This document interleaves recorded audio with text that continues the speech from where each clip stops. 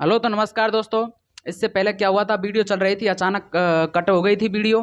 तो इसलिए फिर वीडियो को दोबारा से तीसरे भाग में ही छोटी आंत तक तो हम पढ़ चुके थे। अब क्या पढ़ेंगे हम, बड़ी आंत। ठीक है, तो सातवां पॉइंट चल रहा था जिसका नाम क्या था, बड़ी आंत। बड़ी आंत, ठीक है। और बड़ी आंत में क्या पढ़ेंगे हम, तो बड़ी आंत में पहला पढ़ेंगे कि बड़ी आंत की जो लंबाई होती है वो कितनी होती है। इसकी लंबाई 1.5 मीटर होती है। कितनी होती है, 1.5 मीटर इसकी लंबाई होती है। किसकी, बड़ी आंत की जो लंबाई होती है वो 1.5 मीटर होती है। ठीक है, तो पहला पॉइंट तो ये हो गया कि इसकी लंबाई 1.5 मीटर होती है। इसमें पचे हुए भोजन का क्या होता है, अवशोषण होता है। इसमें पचे हुए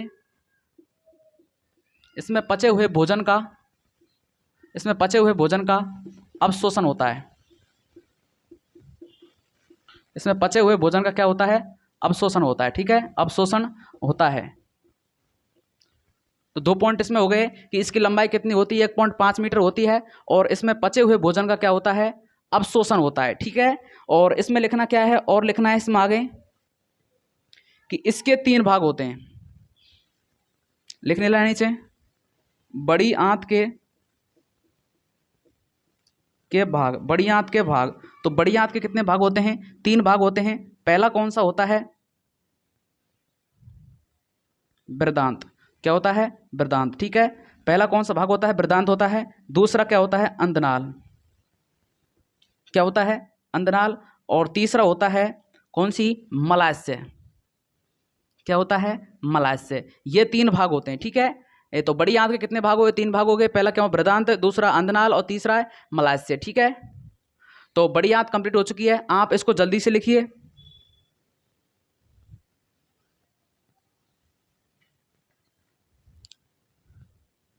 और इसमें एक और पॉइंट लिख लेना है, इसकी नलिकाएं या फिर नलिका, इसकी नलिकाएं चौड़ी होती हैं। क्या होती हैं, चौड़ी होती हैं।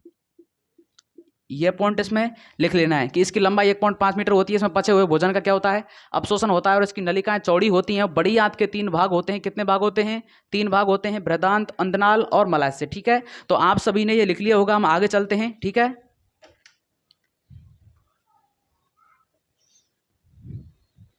इससे आगे पढ़ेंगे हम क्या, 8वां भाग। और 8वां भाग का नाम क्या है, मलद्वार या फिर मलाशय। ठीक है, मलाशय। तो मलाशय में क्या होता है, भोजन एकत्रित रहता है। क्या होता है, भोजन एकत्रित रहता है। तो भोजन नहीं, वो अपशिष्ट पदार्थ होते हैं जो क्या होते हैं, एकत्रित रहते हैं। मलाशय में जो अपशिष्ट पदार्थ हैं वो एकत्रित रहते हैं। और इसमें इसमें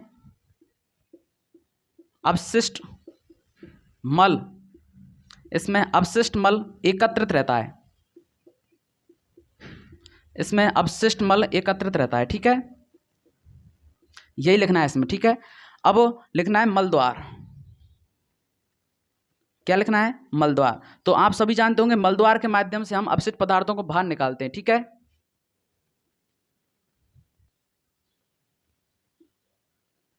इसके द्वारा अपशिष्ट अपशिष्ट पदार्थों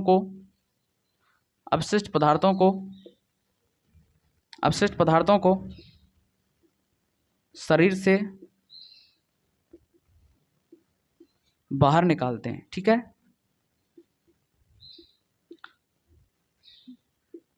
यानी क्या लिखना है, इसके द्वारा अपशिष्ट पदार्थों को शरीर से बाहर निकालते हैं। ठीक है, तो ये लिखना है। ठीक है, अब एक और लिखनी है, कृमि रूपी, यानी कि कृमि रूप। क्या है, कृमि रूप परिशेषिका।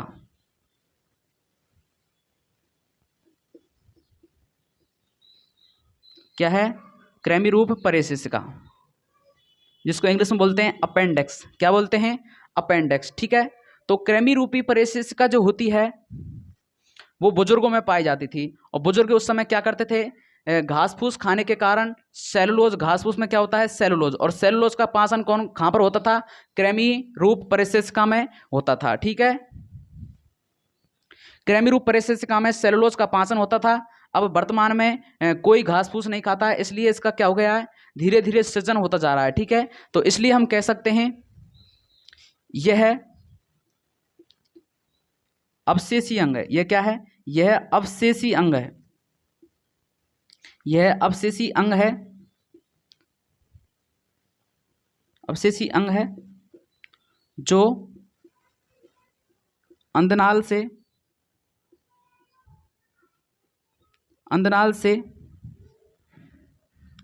4 से 5 इंच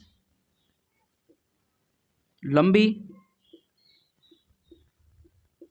संरचना के रूप में जुड़ा होता है। ठीक है, जुड़ा होता है, ये लिखना है। क्या लिखना है, यह अवशेषी अंग है जो अंदनाल से 4 से 5 इंच लंबी संरचना के रूप में जुड़ा हुआ होता है। इसमें पहले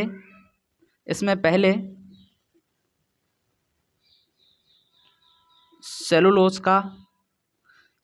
का पाचन होता था। सेलुलोज का पाचन होता था।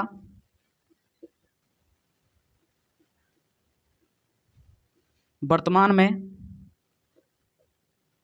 में इसका सृजन हो रहा है या फिर होता जा रहा है।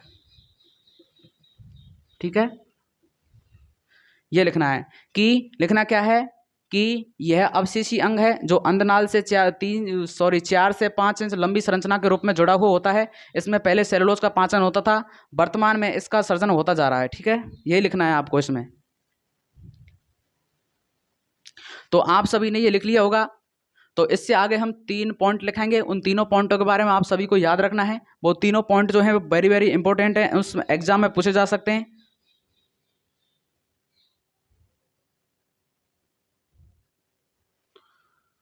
तो आप सभी ने ये लिख लिया होगा, हम इसको मिटा देते हैं।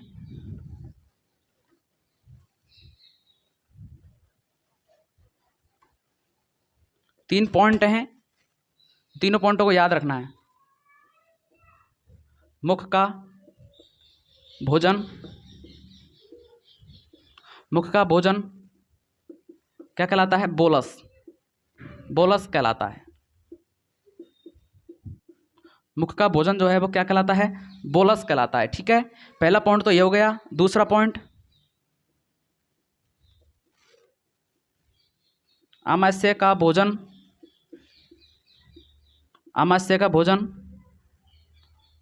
क्या कहलाता है, कायम। क्या कहलाता है, कायम। ठीक है, तो आमाशय का भोजन जो होता है वो क्या कहलाता है, कायम कहलाता है।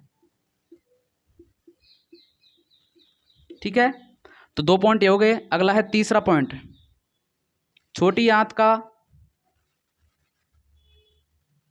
तो लाइट चली गई है तो मैं कैमरा को ऑन कर रहा हूं।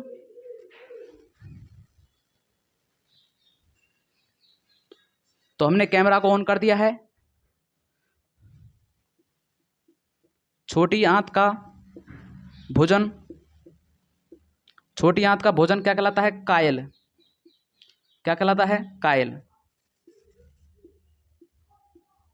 कायल कहलाता है। ठीक है, तो ये आप लिख लीजिए, इन तीनों पॉइंटों को लिख लेना है, वेरी इंपॉर्टेंट है। ठीक है,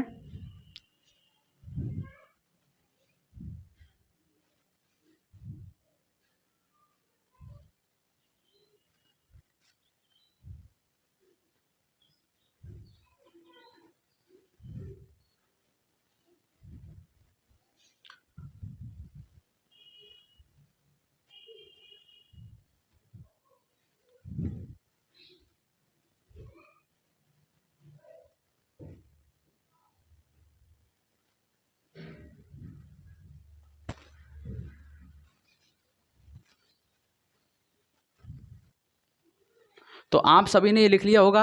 हम क्या पढ़ेंगे, पाचक ग्रंथियों के बारे में पढ़ेंगे। ठीक है,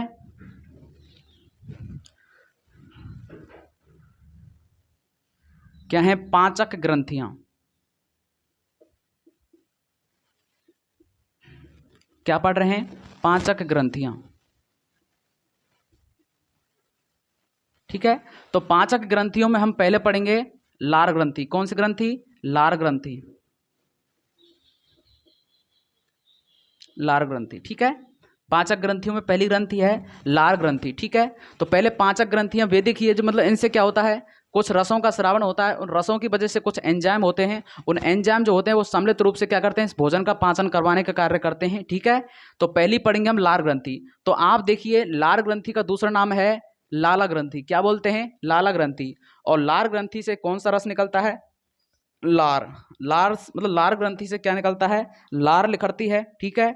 और लार का पीएच मान कितना होता है? 6.8 होता है। कितना होता है? 6.8 होता है, यानी कि हल्का अम्लीय होता है, ठीक है। और लार जो होती है वो, लार से दो एंजाइम निकलते हैं, लार से दो एंजाइम निकलते हैं, टाइलिन और एमाइलेज, ठीक है। जो किसका पाचन करते हैं? कार्बोहाइड्रेट का पाचन करते हैं। लार में दो एंजाइम पाए जाते हैं, टाइलिन और एमाइलेज, जो क्या करते हैं? कार्बोहाइड्रेट का पाचन करते हैं, ठीक है। और लिखना है लार जो होती है वो किन्हीं 3 स्थानों से निकलती है, ठीक है। पहला होता है कर्णपूर्व। कर्णपूर्व का मतलब है कान के नीचे से, ठीक है। और अधोजंभ, अधोजंभ का मतलब होता है यहां से निकलती है, यहां से, ठीक है। और अधोजिब्या, अधोजिब्या जो होती है वो जीभ के नीचे से निकलती है, ठीक है। तो लार जो होती है वो किन्हीं तीन स्थानों से निकलती है, ठीक है। और जो लार होती है भोजन को क्या बनाती है? गीला बनाती है, लसलसा बनाती है, ठीक है।